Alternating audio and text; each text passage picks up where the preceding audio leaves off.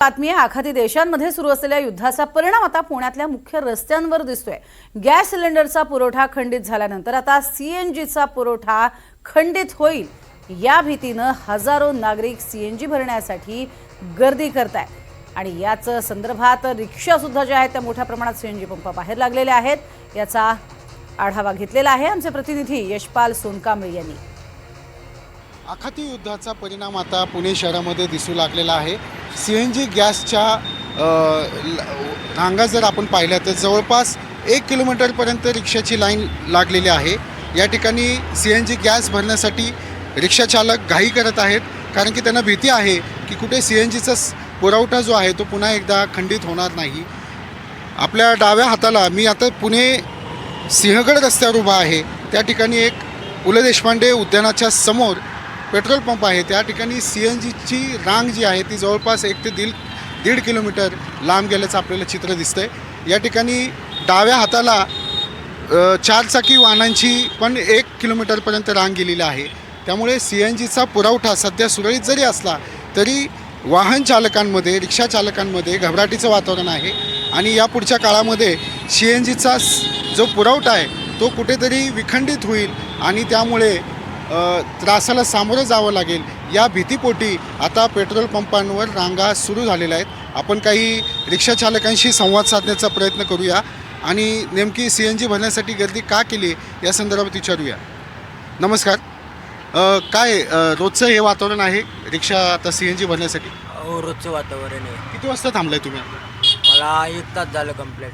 1 तास झालं। आता हे सीएनजीचा पुरवठा तर सुरळीत आहे, पण तरीसुद्धा घबराट का वाटते, का घाबरते?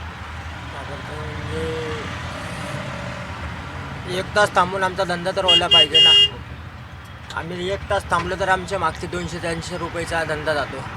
350चा गॅस बसल्यावर आम्ही कमवायचे काय या 1-2 तासात? आपण बघू शकता या ठिकाणी सकाळचा जो त्यांचा सीएनजीचा व्यवसाय आहे त्या व्यवसायासाठी खरं तर रिक्षा चालक या ठिकाणी गडबड करतायत। आपण या ठिकाणी बघूया। दादा, काय सांगाल तुम्ही, सीएनजी भरण्यासाठी किती वेळ थांबले तुम्ही? अर्धा तास झाले। बरं, काय म्हणजे भीती वाटते की गॅसचा 2 मिनिट पुढे घेतो गाडी? या ठिकाणी बघू शकता 1 किलोमीटरची रांग आहे। रिक्षा चालक एकमेकांना ओरडतायत आणि लवकरात लवकर पुढे सरकण्यास विनंती करतायत। जवळपास 1 किलोमीटरची रिक्षाची रांग आपण पाहू शकताय।